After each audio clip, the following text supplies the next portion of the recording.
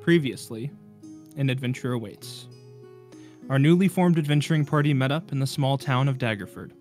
Whilst there, one of the party members was accused of murder, and with this seemingly correct charge, the party fled southward, making their way through the small hamlets of Gillian's Hill, Liam's Hold, and finally arriving in Bowshot, wherein they heard of a fairly newly discovered silver cave with some hostile monsters. After Kai made some sort of deal with these creatures, she convinced the party to quickly leave the cave in exchange for more vials of their poison. And upon constructing a makeshift bomb with some surprisingly easily obtainable supplies, the cave entrance was collapsed and the party continued their journey southbound towards the way in. We continue on the road just outside of town at about 3 to 4 p.m. as the sun begins to start its descent in the sky. How long has it been since the explosion? Probably about half an hour. Juliet will spend all of her time talking to Siegfried, almost unaware that he's not holding up his half of the conversation. That's so funny. Down the road, probably about an hour or so, and it takes a little while for you guys to notice that someone's been approaching you on the road. And so they're probably about 30, 40 feet in front of you, and you see this elderly humanoid man, long, unkept gray hair and a gray beard, and has a young humanoid child with him, probably in human years, no more than 13 or 14 years old. And as he approaches you, he kind of holds his hand up. One moment. Can I stop you guys for just a second? We'll definitely stop and talk to strangers if no one else does. Stabilizes himself with a kind of beautifully innately carved walking stick, and looks like made out of kind of a light oak. Can I trouble you to watch my grandson for a second? I must go relieve myself in the woods. I don't want him traveling too close to the woods. They're quite dangerous, you know. Yeah, sure. I don't think it'll be too much out of our time. Thank you. At old age, you know, it may take me a moment, but I'll be back. And he slowly begins moving his way off to kind of the northern side of the road and disappears off into the trees. Look this kid up and down a little bit. It's hard without seeing his face in particular, but you can gather from his body language that he just really doesn't want to be traveling. And best guess you have, it just looks like they've been traveling for a couple days. They don't have much supplies, so the kid may be a little bit hungry. Who knows when he last ate like a really proper sit-down meal. Orsik is gonna reach into his bag and break off a segment of his rations, right? And he says, "Child, you look hungry. Here. Make a persuasion check for me." Must not be a fan of dwarfs." He just kind of looks up at you and goes back to like drawing in the dirt with his foot. Smart kid. After all, I am a stranger. Hey kid, he was talking to you. Don't ignore him. Damn. Guy's offended, man. Make an intimidation Wow. check with advantage, because this kid's a child. No, hold on, Kai. I'm sure the child didn't mean anything. Oh, God. And it just goes back to drawing with his foot in the dirt. Juliet wants to kind of kneel down, like you do when you're approaching a small child. She's going to be like, "Hey, buddy, what's your name? I'm Juliet." I bet it's so patronizing, like hands on the knees, like, "Hey, buddy." It's like, oh no. Here, little guy. This kind of like gets him out of his shell just ever so slightly, and he just gives you a look as you're kneeling down. Arthrid. Well, we know how his parents feel about him.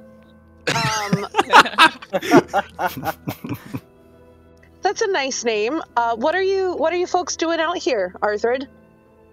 Swings his leg for a little bit and just tilting his head back and forth like he's thinking about what to say. Jules is gonna match his weird little head tilt. That helps. For the first time looks at you now while talking, he didn't before. They gotta get me away from home. Why? I caused too much trouble for the family. What kind of trouble? He has kind of this bowl cut of dark brown hair, and he lifts it up alongside his head. You see a huge circular scar, probably about a half-inch in diameter. I hurt myself and others. On purpose? It was fun. I can't feel I think it. it's exhilarating. Tell me. Jules is gonna do that thing where you pinch the bridge of your nose and be like, I'm sorry, what?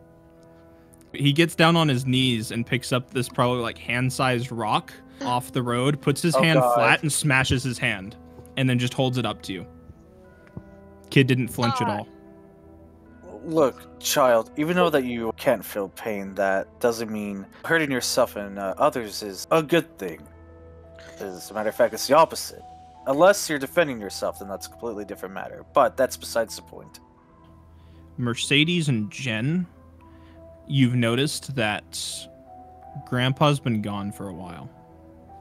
Look over my book and then kind of tug on the back of Kai's shirt. Old man's not back yet. And then go back to reading my book.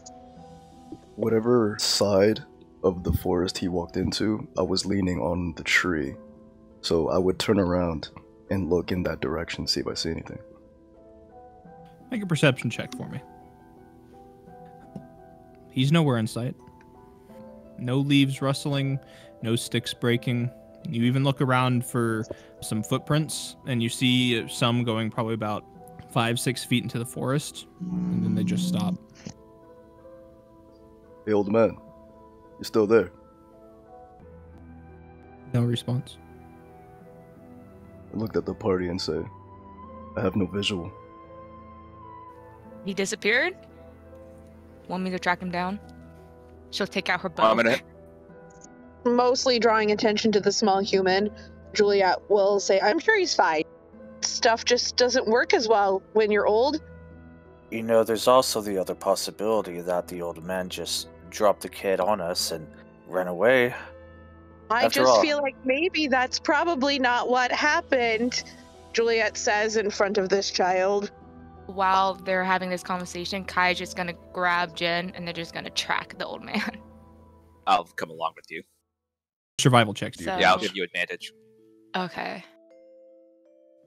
You were able to pick up what Jen saw. Footprints going, again, about 6 feet into the forest. Get to where they end and you start moving around some grass, checking the bushes and the trees nearby. There's no sign of where he went. Are there any snakes nearby? You look around for the signature sign of your people. You do find a small brown and green, probably no longer than a couple of feet, tree snake. Hey there, little guy. I'm gonna cast Animal Friendship on it. Reach out my hand for it to slither up my arm. Thinks about it for a second and starts slithering up your arm a little bit. Well, that takes care of part one. I don't suppose y'all can talk to animals. Friendly to it, but I can't understand it. Okay, well, I'm gonna speak with the animal. Stops slithering around Siegfried's shoulders, looks over at you, and once again kind of like sticks its tongue out for a second. No old man with a stick. You sure? Just- He was like peeing. No peeing around here. I would have bit. This is home. Only one Fair. here is Jeremy. Other than you. You and Who's Jeremy. Jeremy? Who's Jeremy? I am Jeremy. I was given a name before. You humanoids like names. I just look at Siegfried and Jen, just like, guys, this little guy's name is Jeremy. And I'll go back to the snake. Who named you? What Nice she lady. is? Dressed no stick. nicely. Gave Jeremy a name. And new home. This tree is Jeremy's home. Do you know where She she didn't is? give her name. She left many moons ago. Nice Okay. lady disappeared too. Like your old man. Jeremy may have missed her walk away. You sure? You look like you have really nice eyes, Jeremy. Thank you. Jeremy is happy about this. You are a kind person too. I'll take out a bacon. You want a bacon? Jeremy does not know what this bacon is. They don't Okay. eat bacon. Oh, they don't, but you do. I do, but I'm not exactly like him. So they live like a mouse or a small rodent. Yeah, so like the old man isn't here, but apparently the nice lady who named Jeremy disappeared the same way as the old man. Possibly. Can I look around to see if there's anything out of place that seems like it doesn't belong? Go ahead and roll a nature check for me. It's hard to tell. You do find a tree branch that was once on a higher up limb, broken off and fallen down through the canopy and was kind of awkwardly leaning up against a tree. Seems like these tracks lead to a dead end. Nothing we'll find here. Do you want to come with us? Jeremy has tree. Jeremy needs nothing else. Before we go, can you tell Jeremy something? Yeah, so Tell him I say thanks for bringing some normalcy back in my life. I will Aw. let Jeremy back onto this tree. Do I see any rodents running about? Right at the base of Jeremy's tree, there's a kind of knot hole. There seems to be some mice going in and out of said hole. I will attempt to catch one of the mice. Go ahead and make a dexterity check for me. It's a rough battle between you and this mouse. Chasing each other for a little bit. The mouse gets confused, doesn't know who's trying to what, but man, you finally get this mouse. I will bonk its head on the tree trunk and give it to Jeremy. I'm surprised it took you this long to grab the mouse. Haven't grabbed a mouse in a while, okay? Meanwhile, the three that stayed with the child.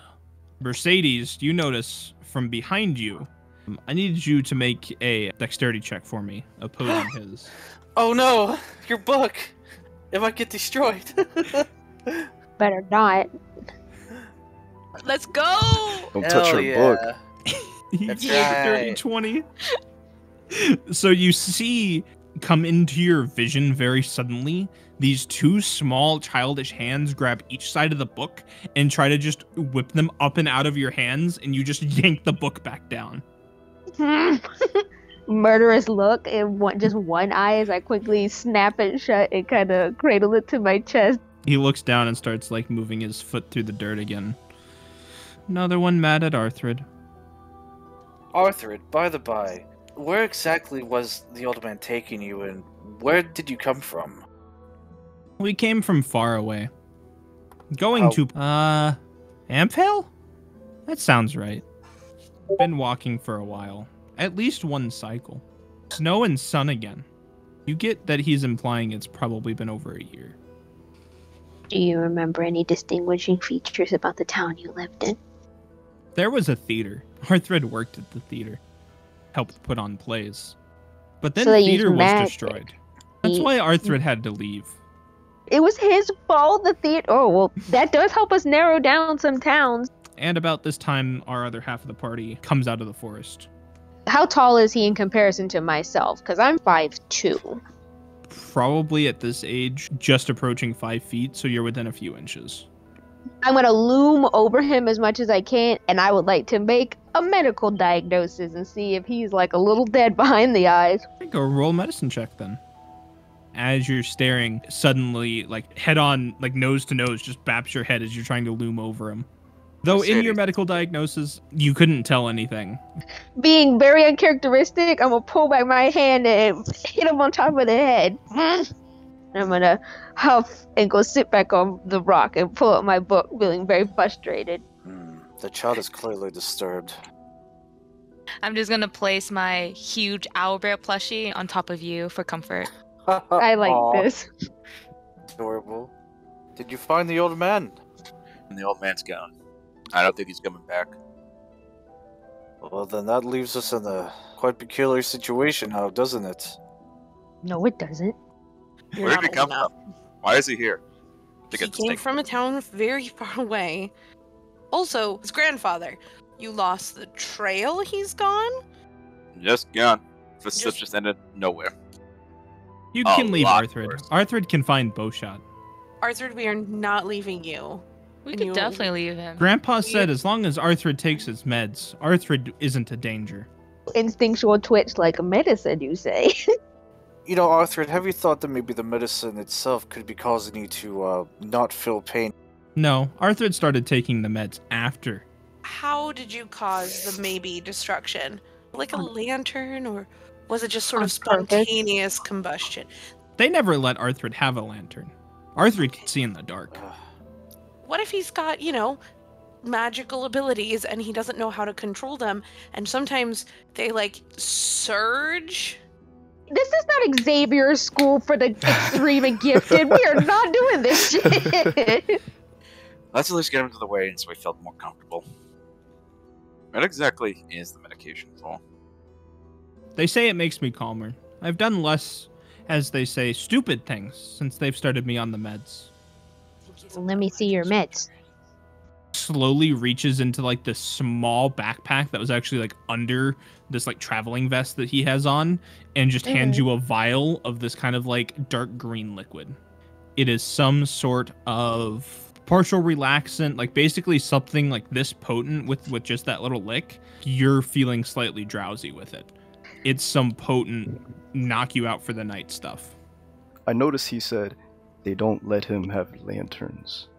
I'm gonna go up to him and say, "Can you do this?" And I light my hand a little bit with some heat. You spark his attention, and he kind of intensely looks at this fire just sitting in there. He holds up his hand, and fire into his hand. I'm going to say something in Draconic to him.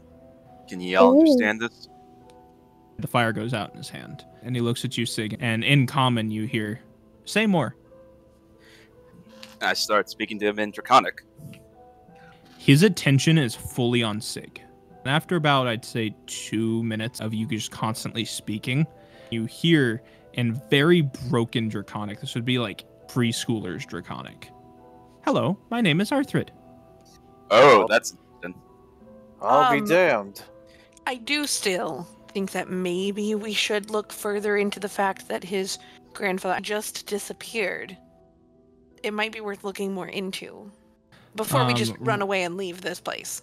You hear a loud roar of what sounds like a lion coming from the edge of the forest. Oh my god. I just feel like maybe he got eaten by a lion. I'm gonna cover the kid's ears before I say that out loud, though, because I'm still convinced that that's actually his grandfather. I think we should start to get moving. We've been staying in one place for too long. I agree. Sit here. Right as Jin says that, you see Arthrid go, "That was funny." Are I'd be desperate. more inclined to think there was a bear or a wolf instead of a lion. Maybe it's a mountain lion. No, that's ain't a mountain lion. Mountain lion screamed like a scared woman. Don't ask me how I know. The moment you say the scream of a scared woman, you hear a blood-curdling scream of a scared woman come from the forest. Say it like that. Oh. There's the mountain lion. Don't worry, guys. Maybe they'll just fight it out. Did we notice him doing any hand gestures? Not at the time, no. But if you'd like to keep an eye on him at this point, you can. Let's just get moving. We're just Walkie-talkie. ignoring people disappearing in the woods. Just want to be sure that we're making the choice we're making. People disappear in the woods all the time. Well, No, considering he didn't even give us the names of either him or the kid. I don't Well, think he he was just going needed after to the kid. pee. Uh-huh. Lackluster. Bad things. It would be terrible to be kidnapped while you were peeing. That'd just be really awkward. Not uncommon, I no. I understand it's not argue with uncommon, but like you're very vulnerable in that moment, and for someone to just steal you right then, it just Wait. seems terrible. How does It's very Mercedes logical. know that's not uncommon? hang on. Real question. Mercedes reads a lot of true crime pamphlets. Ah, that explains in the it. very- She'll sit up and she'll say, "It is not uncommon for those to be stolen in moments of vulnerability. Defecating and or urinating is a prime opportunity to be kidnapped." As the sun begins to set further in the sky and you continue on your way southbound along the tradeway, the fog that had rolled in through the morning now begins to recede as a clear night approaches. You're a nightfall. I'll go talk to Mercedes. You wouldn't happen to have a spare hairbrush, would you? Left mine at home. No, but I'm sure we could procure one. You just, grab some wood, sharpen it up, and make a hairbrush out of that. Could we make Siegfried a temporary comb until we get to the next town? I'm sure it wouldn't be that difficult. Wanting to make it as you're walking or once you settle down for the night? I'll make it as I'm walking, right? Go ahead and make a dexterity check and add your proficiency bonus for me. So you have about, I'd say, 45 minutes of daylight left. 2 of you a survival check or 1 of you with advantage. So you start carving it out. You're about halfway done as Kai and Sig are looking out for a place to stay.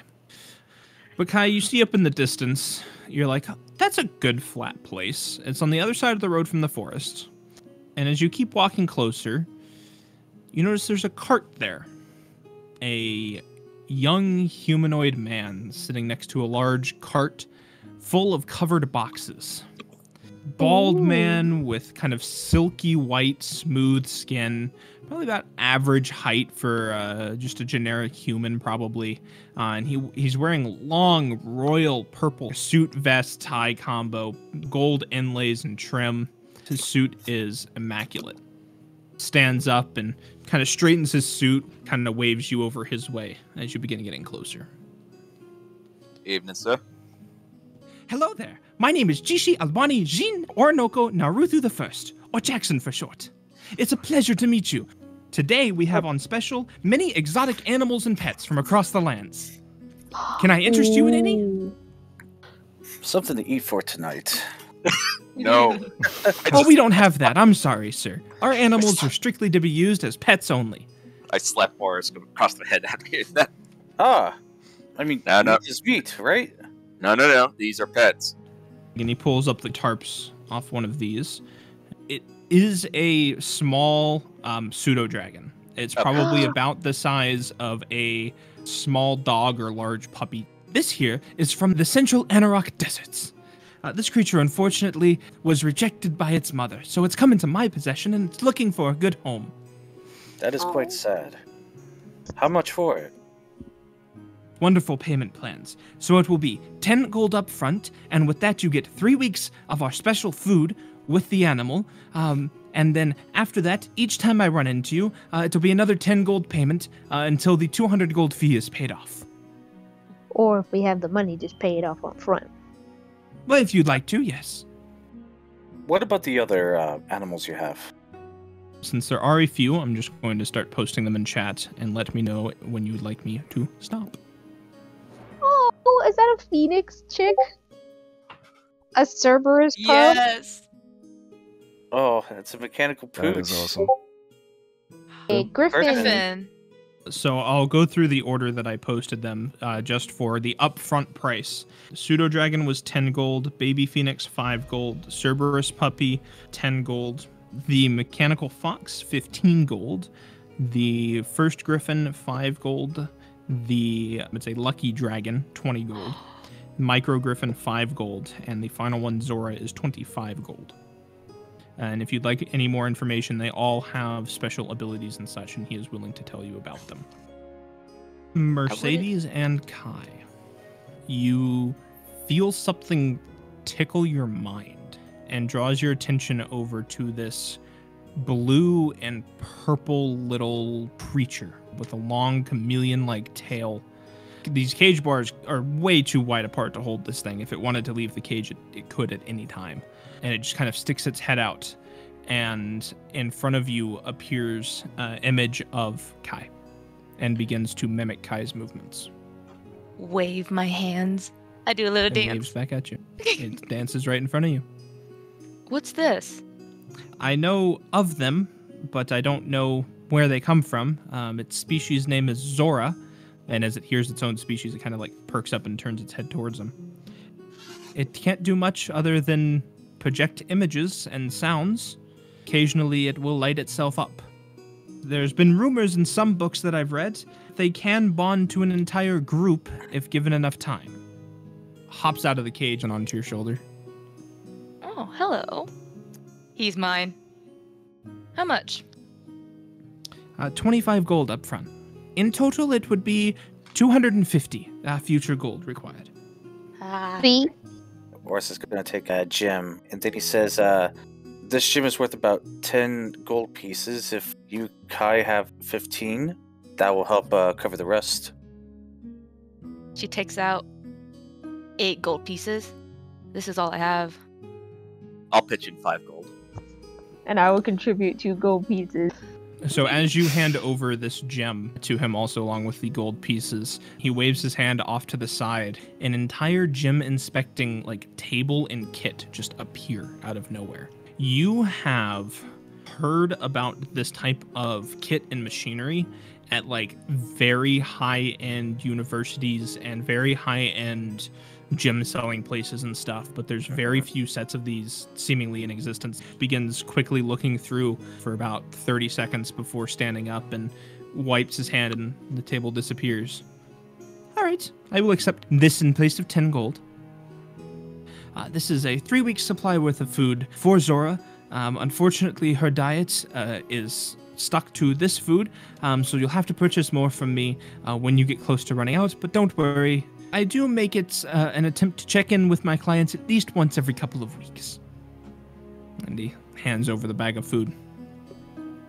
What about a creature that could protect you? And pulls out on his hand this beautiful, almost canary-like bird. Looks on fire, but he just strokes the animal and doesn't seem to burn him at all. For only 5 gold, I'm happy to add on this cute little bird and food for 3 weeks for it. And I do believe that once it's bonded to you or your group, in fact, it can shroud you in protection against different magics and such. We'll have to say no for the time being. Unfortunately, my stock does change every time. Next time you run into me in about 2 to 3 weeks, these animals will no longer be for sale. Kind of looks at you and just kind of starts thinking. You're adventurers, right? You know, go kill the monster, go save the princess, that type of stuff. What if it's a IOU situation? Next time we run into each other, I could ask you to do something. I can promise you it won't be life or death, but just something I don't have the time to handle. Can I sketch this guy out? Go ahead and make an insight check. This is a genuine businessman. He's willing to compromise for more than just gold because he wants the business. All right. Give us the dead phoenix. Yes. Wonderful. Jackson takes a step back. Well, as the sun has set now, all sales are final, and he presses a button on his cart, and the cart begins just folding in on itself, these cages compressing, and the cart folds into a lawn chair. Would you all be interested in a fireworks show? Is it free? Oh, yes, of course. Business is closed now. There's no more money involved. Then yes, hit us. Sits back, puts his hands up, and relaxes. You deal with magical animals, right? What do you know about a shadowy black snake? I've never heard of a shadowy black snake. I mean, there's black snakes and there's shadows. I've never seen them cross. We'll have a seat next to Jin. I'm not gonna sit, but I'm just gonna lean on the back of the As chair. you all colorful blue and yellow $1 million show of fireworks begin. And that's where we're going to take our break.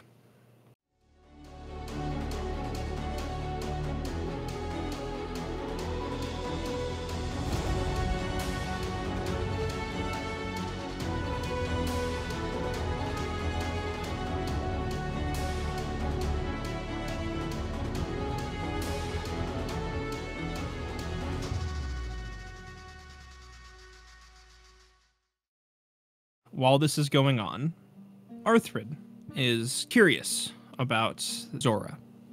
Not wanting to disturb the show, actually kind of like walks behind all the chairs and just kind of like taps you on the shoulder, Kai, and just like points at Zora as if he can take her. She's got the little T-Rex arms, but she kind of like sticks one arm out, and Arthur just sticks a finger out, and like Zora just grabs onto his finger. Oh. I'll lend her to Arthrid. I look at him and say, you be careful with her, okay? He just kind of looks at you and just gives like a single nod, plops down and sits right behind your chair, and just starts staring at her.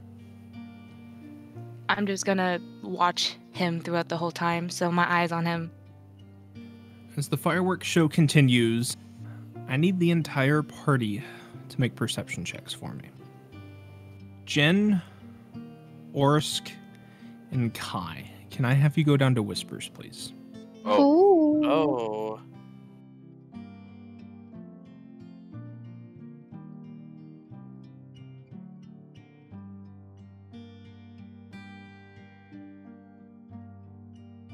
Since we're going up north towards Waterdeep anyway, you guys wouldn't suppose you would be okay with going up to Vandalin. I've got a family friend I want to talk to.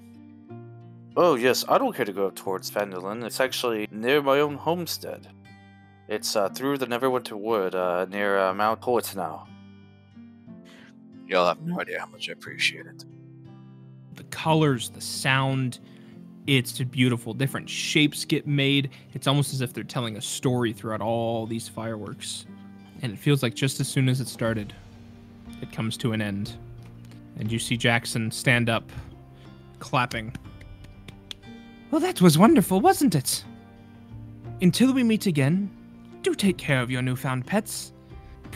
The chairs all disappear, and so does he, though you are gracefully put onto the ground. Kai's gonna stare out just a little bit longer out in the plains and said, well, if you want, I could make us like a nice area to sleep in. I could probably forage some like leaf beds. I can help you out with that if you want. Yeah, that's welcome. Juliet does have a bedroll, but when we set up camp, she will be using it for Arthrid instead. I'm going to look for a tree with 3 trunks, elevated high, take out my bedroll, climb it, and make a nest above the canopy. Pull out my tinderbox and start making a fire. I'm gonna quickly pick up Zora and then also head over to my leaf mix bedroll area. Who's taking first watch? I'll do that. I got a good point up here. I'll take second if no one else wants it. I think I'll take third. The most that catches your eye throughout the night, bunnies and squirrels pass by under your suspended bedroll up in the air. I look at the kid. You can tell he's still awake. Just seems to be laying there. He's completely still, staring off into nothingness. And then I look at Kai. Jin, you actually see, while Kai's sleeping, white butterflies kind of just suddenly appear and kind of float around Kai. 2 hours come and go. My turn. Alright, you get yourself a good night's rest. Thank you. I'll make my watch. The forest is quiet, the road is still. The sky is clear, it's a beautiful starry night. Did Orsik ever finish my comb? Yeah, I would have gave it to you during, like, at least some point during all that, yeah.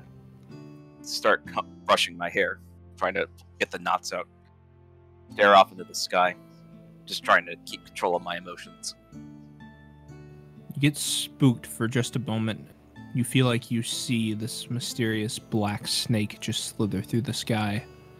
An impossible size of a being just slithering between the stars. Appears, it goes away. I can physically feel my heart skip a beat when I see that. It's just a trick of the light. Nothing serious. Okay. I shake Orsik. Hey, Orsik, it's your turn. Yeah. Alright, go ahead and get your beauty sleep. Thanks for the comb, by the way. Yeah, no problem, buddy. And he pats on the back as he gets up. Cool breeze coming through the air, coming through the trees and rustling the brush. You didn't notice from behind you approached a herd of wild horses. They're encroaching closer and closer to the party, trying to find a solid food source. And they're probably right now within about 50 feet of you. Okay, yeah, like, if they get too close, I'll take a blade of grass, cut a slit in between it, and you can create, like, a whistle blow sound into it. It's a poor man's harmonica, more or less. General dexterity check for me to try this. As you kind of make this whistle, the 3 of them just kind of look between themselves.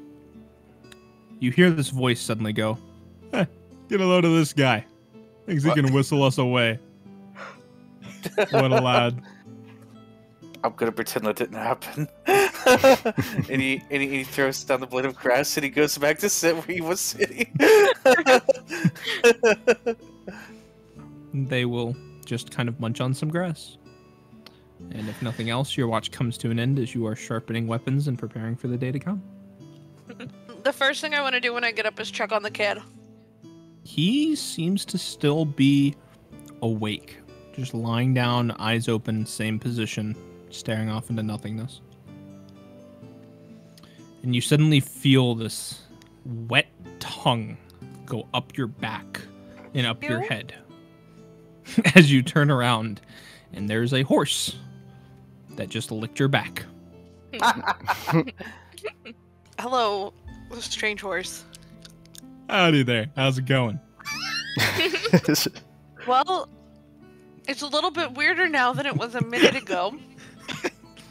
Why do you say that? Well, usually the horses don't talk when I talk to them. Why can you talk? I don't know. How I was born. How they were born too. And you hear from behind go, hey, hi, how's it going? Sorry I licked you. What? I thought you were a plant. No, just a people. I'm Juliet. What's your name? Nice to meet you. I don't have a name. Oh. Do you want a name? I hear Jeremy's Yes. a nice name.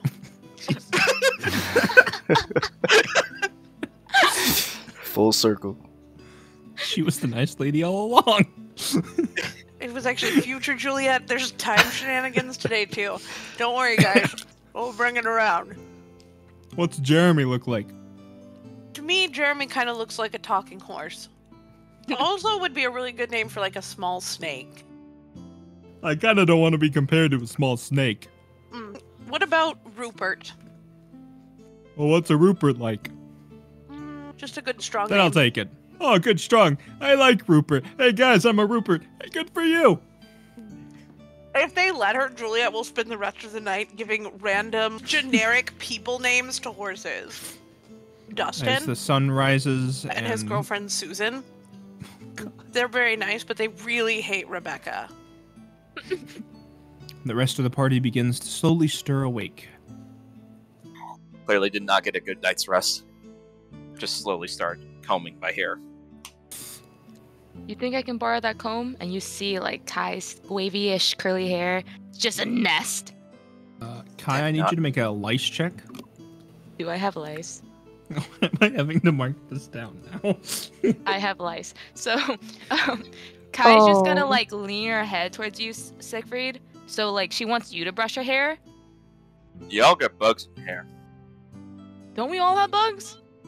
I don't. I'll make everyone comes eventually. Kai, is your scalp itchy? Should I make you a nice herbal tincture? I don't know. I thought it was quite normal to have, like, things roaming in your hair. It's not itchy. No, it's not No, normal. it's not. When I'm done brushing my hair, I will roll up my sleeves to check on my arms to make sure I haven't been scratching the hell out of them. Yeah, I scratched the hell out of myself last night. Ah, damn it, again. You got lice too? Oh. No, not that. I tend to scratch myself pretty badly when I'm sleeping. Where we're headed. What's the situation around that? You've gotten this along your travels through the few different hamlets. Used to be a town, was annihilated by a dragon attack. The way in and a few businesses were rebuilt, and that was it. But this inn is huge. It's got about 90 rentable rooms in it, across 3 different levels. It's got an entire wing for the guard service to train and stay in also. Plus, like, general store, blacksmithing, leatherworking, apothecary, like a bunch of different businesses around. Like, this is a huge stopping point along the trade way. To be fair, it is like the last stopping point going south. If you guys are to continue south, the next major town you could hit is Baldur's Gate, and that's like over a week's walk away. On your way, we're gonna end it there for tonight.